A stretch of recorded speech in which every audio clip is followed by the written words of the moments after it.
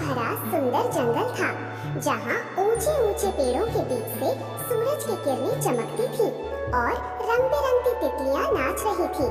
इसी जंगल में रहते थे 3 सबसे अच्छे दोस्त। छोटा सा बहादुर मुन्नू चूहा, प्यारा और भोला गप्पू हाथी और शरारती नटखट जिप्पी गिलहरी। एक दिन जिप्पी को एक पुराना खजाने का नक्शा मिला, जो एक पेड़ के खोखल में छुपा हुआ था। वो खुशी से उछलती कूदती अपने दोस्तों के पास पहुंची। मुन्नू ने अपनी छोटी लकड़ी की तलवार से नक्शे पर रास्ता दिखाया और गप्पू ने अपने गोल चश्मे पहनकर नक्शे को ध्यान से देखा। तीनों ने मिलकर जंगल के भीतर छुपे खजाने को खोजने का बड़ा मजेदार प्लान बनाया। उनकी रोमांचक यात्रा शुरू हुई, हंसी और मस्ती के साथ। मुन्नू आगे आगे तलवार लहराते चल रहा था, जिप्पी डाल डाल कूदती हुई साथ चल रही थी और गप्पू धीरे धीरे अपनी पीठ पर नाश्ते की थैली टांगे पीछे पीछे आ रहा था।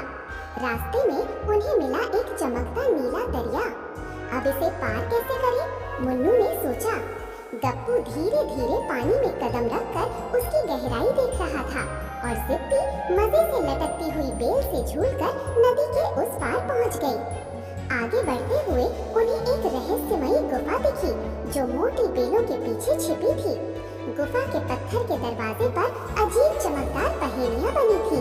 मुन्नू ने सोने की चमकती चाबी निकाली, गप्पू ने अपने सूंड से चिन्हों को छुआ और जिप्पी दीवार पर चढ़कर भीतर झांकने लगी।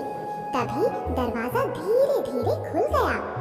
अंदर का नजारा देखकर सभी दंग रह गए। वहाँ चमचमाते रत्न, सोने के सिक्के और पुराने खजानों से भरे संदूक थे।